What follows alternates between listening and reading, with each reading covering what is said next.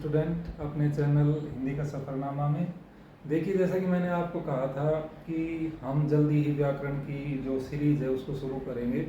तो सबसे पहली जो शुरुआत होती है वो होती है अपनी भाषा के परिचय से। भाई, कोई भी जब हम व्याकरण से संबंधित कुछ चीज़ पढ़ रहे हैं तो उसमें हम भाषा से संबंधित ज्ञान लेंगे, तभी हम उसमें आगे बढ़ पाएंगे। क्योंकि हिंदी अपनी भाषा है और इससे रिलेटेड हम पढ़ रहे हैं, तो हमें ये बहुत आवश्यक हो जाता है कि हिंदी की लिपि क्या है, भाषा क्या है, कहाँ से आई, क्या इसका उद्भव विकास हुआ।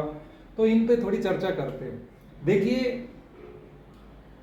हिंदी भाषा परिचय कि भाई लैंग्वेज का इंट्रोडक्शन। भाषा वह माध्यम है जिसके द्वारा हम बोलकर या लिखकर परस्पर विचारों का आदान प्रदान करते हैं। कहने का भाव ये है कि भाई हमने कुछ कहा, दूसरे ने कुछ कहा, हमने उनसे कुछ कहा, तो हमने अपने विचार उनको बताए, उनके विचार हमने ग्रहण किए। तो इस प्रकार से हमने अपने विचारों का आदान प्रदान कर दिया कि कुछ कहा, कुछ सुना। तो एक तरह से विचारों का एक माध्यम बन गया, जो बीच में मेरे जो विचार थे दूसरे तक पहुंचाने का कार्य किया, दूसरे के जो विचार थे उनको लेकर के मुझ तक पहुंचाने का कार्य किया। तो जो मीडिएटर का काम किया, माध्यम का काम किया, वो किसने किया? भाषा ने किया, लैंग्वेज ने किया। तो उसे हम उसी माध्यम को भाषा कहते हैं। अब भाषा के रूप होते हैं दो, मौखिक और लिखित रूप होता है। एक होता है मौखिक और एक होता है लिखित। देखिए, कई जगह हम कई पुस्तकों में पढ़ते हैं तो उसमें सांकेतिक रूप भी दिया होता है, संकेतों की भाषा। लेकिन अगर हम देखें तो मुख्य रूप से मौखिक और लिखित ही होते हैं। सांकेतिक भाषा इतनी प्रचलन में नहीं है, तो इसलिए हम उसको साहित्य में स्थान नहीं देते हैं। अब बात करें मौखिक की और बात करें लिखित की, तो मौखिक जो रूप होता है वो अस्थायी रूप होता है भाषा का। क्यों होता है अस्थायी? कि भाई आज से कई वर्षों पहले, बहुत लंबा समय बीत गया, भगवान श्री कृष्ण ने गीता का उपदेश दिया था। अगर उस समय उस चीज को लिखा नहीं जाता, केवल वो उपदेश अर्जुन को दिया, जिसने सुना और वो वहीं रह जाता, तो हम तक नहीं पहुंच पाता। किसी ने उसको लिखा और लिखने के बाद वो क्या हो गया? एक तरह से सुरक्षित हो गया, स्थायी हो गया। और स्थायी हुआ तो आज हम उसको पढ़ते भी हैं और पढ़ करके उसका लाभ उठाते हैं। तो मेरा कहने का भाव ये है कि मौखिक जो रूप होता है वो अस्थायी होता है, और जो लिखित रूप होता है वो स्थायी होता है, परमानेंट होता है। आप देखिए, आगे प्रत्येक भाषा सीखने के लिए अलग अलग अब चिन्ह बनाए जाते हैं, और उन अलग अलग लिखित चिन्हों को ही हम क्या कह देते हैं? लिपि कह देते हैं। भाषा की अलग अलग चिन्ह बनाए जाते हैं और इन्हीं चिन्हों को हम लिपि बोलते हैं। अब लिपि का जो विभाजन है कि भाई लिपि कहाँ से इसका उद्भव हुआ, किस प्रकार से लिपि से बोलियां भाषाएं निकली, तो सबसे पहले लिपि को हम दो भागों में बांट देते हैं। एक ब्राह्मी लिपि और एक है खरोष्टी लिपि। कितने भागों में बांटा? दो भागों में। देखिए, वीडियो को आप बार बार देखिए, मैं इसमें वो कंटेंट लेके आऊंगा जो आपके एग्जाम पर कंपटीशन व्यू से सीधा सटीक वार करेगा। आपको फालतू चीजें बिल्कुल नहीं पढ़ाई जाएगी, वो चीजें बताई जाएगी जिसकी आवश्यकता सबसे अधिक रहती है। और एग्जाम व्यू में जो सवाल आते हैं वो सीधे यहाँ से आपको जो भी वीडियो में प्रोवाइड करवाया जा रहा है आपको बिल्कुल देखने को मिलेगी। भाई, बात हमने इतनी पढ़ी कि सबसे पहले भाषा के बारे में जाना कि भाषा क्या होती है, फिर हमने जाना कि जो भाषा के लिए लिपि के जो चिन्ह, लिखित चिन्ह निर्धारित कर दिए जाते हैं उन्हें लिपि कहते हैं। भाषा के रूप कितने हैं? मौखिक, लिखित। अब लिपि के आधार पर, इसके विकास क्रम के आधार पर हम भाषाओं तक पहुंचते हैं। देखो, लिपि को दो भागों में बांटा। एक लिपि होगी ब्राह्मी और एक लिपि होगी खरोष्टी। अब ब्राह्मी जो होती है वो लिखी जाती, बाएं से दाएं लिखी जाती है, बाएं से दाएं। बायां कौन सा है इसमें? देखिए, इधर, यहां से यहां तक ऐसे लिखना शुरू करेंगे और इधर जाएंगे। और खरोष्टी जो लिपि लिखी जाती वो लिखी जाती दाएं से बाएं, यानी कि इस बोर्ड में यहां से लिखना शुरू करेंगे और यहां तक आएंगे।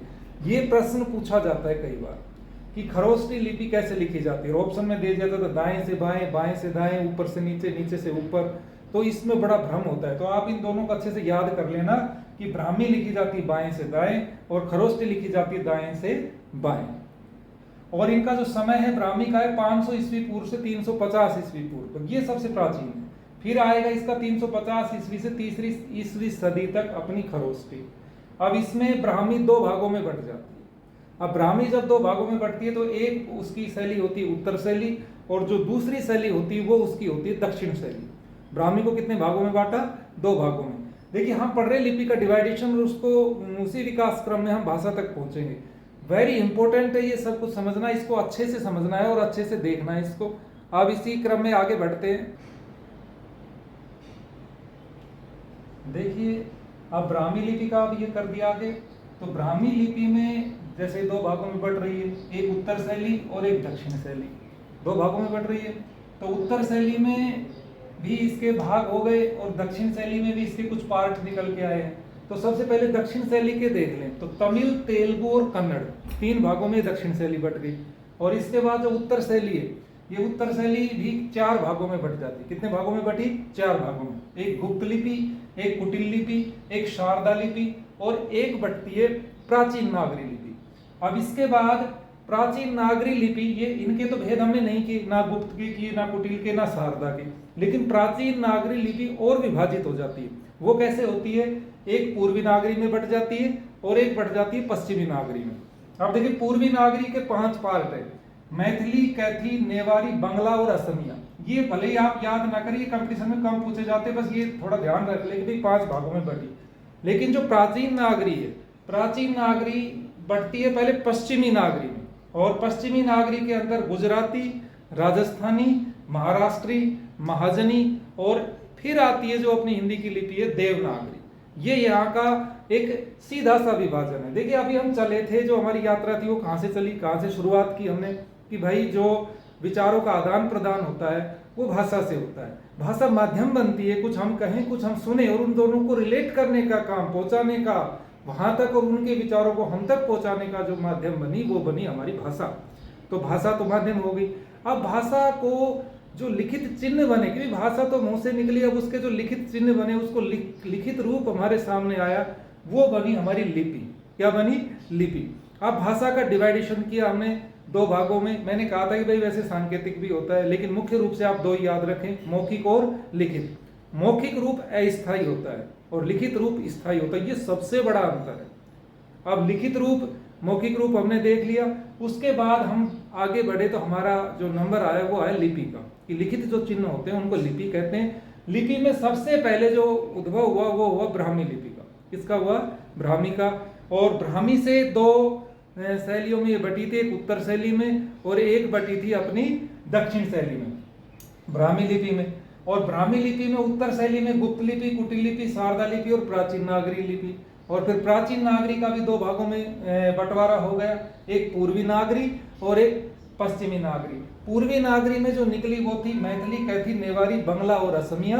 और ये इंपॉर्टेंट है कि पश्चिमी का जो विभाजन हुआ वो हुआ गुजराती में, राजस्थानी में, महाराष्ट्री में, महाजनी में और देवनागरी में। क्यों पूछा जाता है? क्योंकि यहाँ से हमारी देवनागरी का विकास हुआ। अब कंपटीशन में प्रश्न पूछे जाते हैं, भाई ब्राह्मी कितने भागों में बटी? तो ब्राह्मी के सीधा सा उत्तर हो जाएगा 2 भागों में बटी, एक उत्तर शैली में और एक दक्षिण शैली में। ध्यान रखें हमेशा। और इसमें एक दूसरा सवाल ये भी पूछा जाता है कि ब्राह्मी लिपि लिखी कैसे जाती है? तो ब्राह्मी लिखी जाती है बाएं से दाएं की तरफ। दूसरा सवाल ये हो जाएगा। तीसरा जो प्रश्न पूछा जाता है कि खरोष्टी कैसे लिखी जाती है? तो खरोष्टी लिखी जाती है दाएं से बाएं की तरफ। अब एक प्रश्न और पूछा जाता है कि ब्राह्मी का समय बताइए। तो ब्राह्मी का जो समय होता है 500 ईस्वी पूर्व से 350 ईस्वी तक होता है। और फिर पूछ ले कि भाई खरोष्टी का समय बताइए, तो खरोष्टी का हो जाता है 350 ईस्वी पूर्व से अब तक जो समय चला था आगे ईस्वी तक, वो हो जाएगा। इसके बाद आपसे प्रश्न पूछ ले कि बताइए ब्राह्मी के 2 भाग कौन से? उत्तर शैली, दक्षिण शैली। उत्तर शैली कितने भागों में बटी? तो 4 भागों में, गुप्त लिपि, कुटिल लिपि, शारदा लिपि और प्राचीन नागरी लिपि। ये आपको ध्यान रखना है इसमें। और इसमें अब अलग अलग इसमें पढ़ेंगे भी ब्राह्मी लिपि की क्या विशेषताएं थी, तो इसको अलग अलग आगे बढ़ाते हैं। देखिए ये जो है ना, आपने ये चार्ट समझ लिया अच्छे से, तो यूं समझ लीजिए कि आपको भाषा के अंदर जितने भी सवाल आपके कंपटीशन में आते हैं ना, वो लगभग क्या सारे लगभग इसमें से आपके सोल्व हो जाएंगे। कैसे? आप देखिए भारतीय आर्य भाषा परिवार में हम इनका डिवाइडेशन कर देते। इससे पहले लिपि के बारे में हमने देख लिया था। तो भारतीय आर्य भाषा परिवार का जो क्रम था, जो विकास था, वो कैसे आगे बढ़ा था? तो सबसे पहले आई थी वैदिक संस्कृत। वैदिक संस्कृत के बाद फिर आई थी लौकिक संस्कृत, और फिर हमारी आई पाली, और पाली से बनी थी प्राकृत, और प्राकृत से बना अपभ्रंश, और फिर अवभट्ट में बदला अपभ्रंश, और उसके बाद फिर हमारी आई थी पुरानी हिंदी। क्या आई थी? पुरानी हिंदी। अब अवहट से अपभ्रंश का जो विकास है वो पढ़ते हैं। 500 ईस्वी से 1000 ईस्वी तक का जो आपका अपभ्रंश का विकास था, इसके बारे में हम देखते हैं कि अपभ्रंश को कितने भागों में बांटे। ये जितना भी आपको यहाँ पे चार्ट दिखाई दे रहा है, इसको आप वीडियो को पॉज करके स्क्रीनशॉट ले लेना। ये परीक्षा में मैं गारंटी दे रहा हूँ कि जो क्वेश्चन बनते हैं वो इनमें से बनते हैं। मैं सारे जितने भी सवाल इसमें बनेंगे, कैसे पूछा जाता है, वो सारा बताऊंगा इसमें। तो पहले मागधी को बांट देते हैं कितने भागों में। देखिए जो अपभ्रंश है उसका डिवाइडेशन कैसे हुआ, विभाजन कैसे हुआ।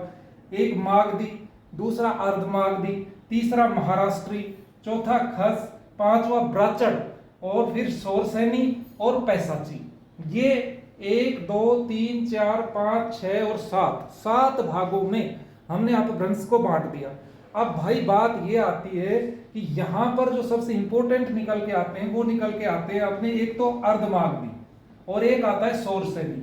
इन दो में से तो निश्चित रूप से कई बार क्या बहुत बार सवाल पूछे जाते हैं। वैसे याद तो रखना ही आपको सबको कि क्वेश्चन ये आए कि भाई अपभ्रंश में कौन कौन से आते हैं। मागधी भी अपभ्रंश में आता है, अर्धमागधी भी आता है, महाराष्ट्री भी आता है, खस, ब्राचड़, शोरसैनी और पैसाची।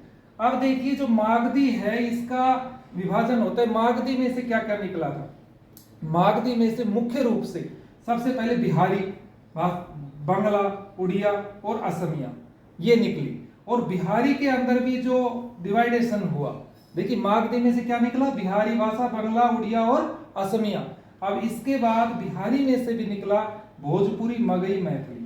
प्रश्न ये बताएं कि भोजपुरी का विकास किस से हुआ है? तो आप कहेंगे बिहारी भाषा। और मगही का किससे हुआ है? बिहारी से। अब इसके बाद जो अर्धमागधी अपभ्रंश है ये इंपॉर्टेंट है, ये काफी बार पूछा जाता है। अब अर्धमागधी से विकास हुआ था पूर्वी हिंदी का। पूर्वी हिंदी कहां से निकल के आई? प्रश्न आता है तो आपके दिमाग में पहले ही क्लिक कर जाना चाहिए भाई पूर्वी हिंदी का विकास हुआ है अर्धमागधी से। अब पूर्वी हिंदी के अंदर 3 बोल ये आती है, अवधी, बघेली और छत्तीसगढ़ी। अवधी, बघेली, छत्तीसगढ़ी की अवधी भाषा का विकास कहां से हुआ? तो आप कहेंगे पूर्वी हिंदी से। और पूर्वी हिंदी का कहां से हुआ? अर्धमागधी से। अगर ऑप्शन में पूर्वी हिंदी ना हो और अर्धमागधी हो जाए तो आपको अर्धमागधी सही करना पड़ेगा, ये ध्यान रखना। वैसे पूछा जाता है कि पूर्वी हिंदी में से क्या क्या निकला? अवधी, बघेली, छत्तीसगढ़ी। इसके बाद महाराष्ट्री आता है। महाराष्ट्री में से केवल एक निकलती है, मराठी, ये याद रखना। और फिर आता है खस। खस में से निकली पहाड़ी हिंदी। जो खस अपभ्रंश है उसमें से निकल के आई पहाड़ी हिंदी। और पहाड़ी हिंदी का भी 3 भागों में विभाजन हुआ। पहाड़ी हिंदी के अंदर आता है मंडियाली, गढ़वाली और कुमाऊनी। मंडियाली, गढ़वाली और कुमाऊनी, ये 3 जो पहाड़ी हिंदी है उसमें बटी। फिर आता है ब्राचड़ अपभ्रंश। ब्राचड़ में से सिंधी भाषा निकली। कौन सी निकली? सिंधी। प्रश्न सीधा सा है कि ब्राचड़ से किसका विकास हुआ? तो आप कहेंगे भाई सिंधी का हुआ। ठीक है, ये वेरी इंपॉर्टेंट शोरसैनी अपभ्रंश। शोरसैनी अपभ्रंश में स्टूडेंट मैं ये कहूंगा कि ऐसा कोई भी कंपटीशन नहीं होता जहां नहीं पूछा जाए। लगभग पूछा जाता है शोरसैनी में, क्योंकि इसका विकास थोड़ा बड़ा है। शोरसैनी को मुख्य रूप से 3 भागों में बांटेंगे हम, पश्चिमी हिंदी, राजस्थानी और गुजराती। अब यहां पर जो पश्चिमी हिंदी है ये अपने आप में बहुत दम रखती है। इसमें से सवाल थोड़ा उलझा दिया जाता है। पश्चिमी हिंदी का विकास, पश्चिमी हिंदी में से क्या क्या निकला? खड़ी बोली निकली, ब्रजभाषा निकली और कन्नौजी निकली, बांगरू निकली, बांगरू को हरियाणवी भी बोल देते हैं, और बुंदेली निकली। और इधर राजस्थानी का विकास हुआ तो जयपुरी, मेवाती, मेवाती, मारवाड़ी और मेवाड़ी इसमें हुआ। और फिर होता है गुजराती। और जो लास्ट है हमारी पैसाची। पैसाची 2 भागों में बटी, लहंदा और पंजाबी। पंजाबी भाषा कहां से निकल के आई? पैसाची अपभ्रंश से। याद रखना, मैं प्रश्नों के बारे में बता देता हूं कि इसमें से किन प्रश्न की संभावना कहां से बन रही है। तो पहला ही प्रश्न होगा कि मागधी अपभ्रंश में से कौन कौन सी भाषाएं निकली? बिहारी, उड़िया और असमिया। और मगही का विकास किससे हुआ? बिहारी से हुआ। बिहारी कितने भागों में बटी? 3 भागों में, भोजपुरी, मगही और मैथिली। फिर हम आगे बढ़ते हैं अर्धमागधी पे। अर्धमागधी में से क्या निकली? पूर्वी हिंदी। पूर्वी हिंदी कितने भागों में बटी?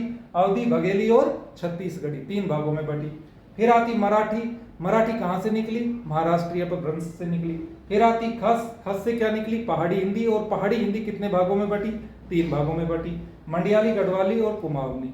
और फिर आती ब्राचड़, ब्राचड़ में से सिंधी भाषा निकली, और इसके बाद सोरसैनी, सोरसैनी का जो डिवाइडेशन हुआ कितने में हुआ, पश्चिमी, राजस्थानी और गुजराती में।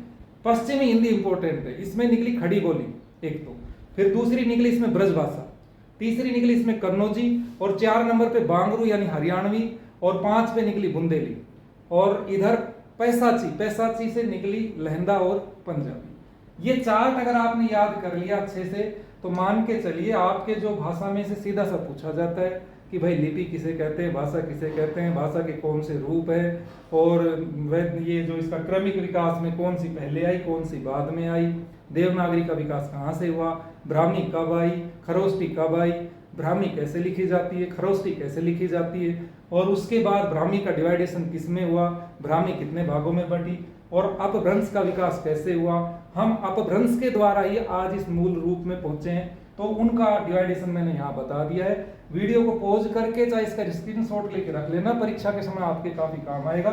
इसमें को और कुछ बच जाएगा तो उसको भाषा से संबंधित एक वीडियो और बना देंगे, तो अच्छे से इसको देखें। मेरा प्रयास ये रहता है कि बोर्ड पे ही पढ़ाया जाए। देखिए डिजिटल करने को तो डिजिटल कर देते हैं, लेकिन जो वास्तव में बोर्ड पे जो होता है ना, वो कहते हैं अपना देसी तरीका, भाई पढ़ना है हमें, कोई चोचले थोड़ी करने, पढ़ना है, देखना है, जो कंटेंट यहाँ दिया जाएगा, तो मेरा जितना भी एक्सपीरियंस रहा है मैं उसको उड़ेलने का प्रयास कर रहा हूँ। मैं जो भी कंटेंट दूंगा सीधा सटीक दूंगा कि भाई फालतू चीजें पढ़ने से बचो, जो एग्जाम में आता है उस पर वार करो कि भाई हम शॉर्ट रिवीजन, रैपिड रिवीजन के तहत ऐसी चीजें पढ़े जो सीधा एग्जाम में अटैक करे। अब यहाँ पे जितने भी एमसीक्यूज बनेंगे आप अपने दिमाग से खुद सेलेक्ट कीजिए, फालतू कचरा सारा हटा दिया है। आप इसको पढ़ के जाए, वीडियो को देख के जाए, और देखना कि एग्जाम में जब आप जाते हो भाषा विज्ञान के जो सवाल आते हैं वो यहाँ से आपको क्लिक मिलेंगे। थोड़ा बहुत जो कुछ भी रह गया होगा उसको 1-10 मिनट की वीडियो और बना देंगे तो फिर भाषा विज्ञान अपना कंप्लीट हो जाएगा। Thank you. अगर वीडियो अच्छी लगे तो लाइक करना और चैनल को सब्सक्राइब करना।